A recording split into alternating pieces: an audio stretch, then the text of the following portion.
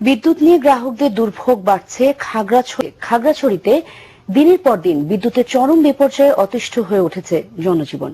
খাগড়াছড়ি প্রতিনিধি তথ্য ছবি নিয়ে রয়েছে ডেস্ক রিপোর্ট। খাগড়াছড়িতে চলছে ভয়াবহ বিদ্যুৎ বিপর্যয়। দিনে 12 থেকে 16 ঘন্টা বিদ্যুৎ থাকে না, কখনো 3-4 দিনেও বিদ্যুতের দেখা মেলে না।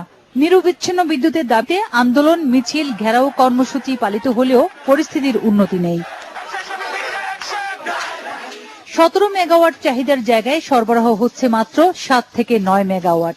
বছরের বেশিরভাগ সময়ই লো ভোল্টেজের শিকার গ্রাহকরা। বিদ্যুতের কারণে হাসপাতালগুলোতে চিকিৎসা কার্যক্রম ব্যাহত হচ্ছে। ব্যবসা বাণিজ্যে দেখা দিয়েছে অচল অবস্থা।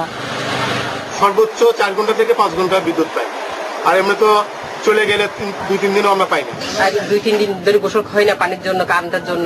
আমাদের ব্যবসা বাণিজ্যের অবস্থা পরিস্থিতি খারাপের দিকে। কারণ জেনারেটরের বিল দিতেছি আমরা, মাসের শেষে বিদ্যুতের বিলে দিতে। পানির খুবই দুর্ভোগ পোহাতে হচ্ছে আমাদের। আমরা ব্যবসায়ীরা বিদ্যুতের জন্য খুবই খারাপ অবস্থায় আছি।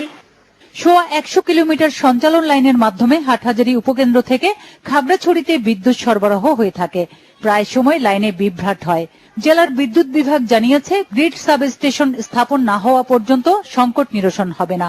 খাগড়াছড়িতে একটি গ্রিড সাব স্টেশন খুব জরুরি ভিত্তিতে নির্মাণ করা। বিদ্যুৎ ভোগান্তি ও এমন দুর্ভোগ থেকে অবিলম্বে মুক্তি চান গ্রাহকরা। Bangla vision news desk.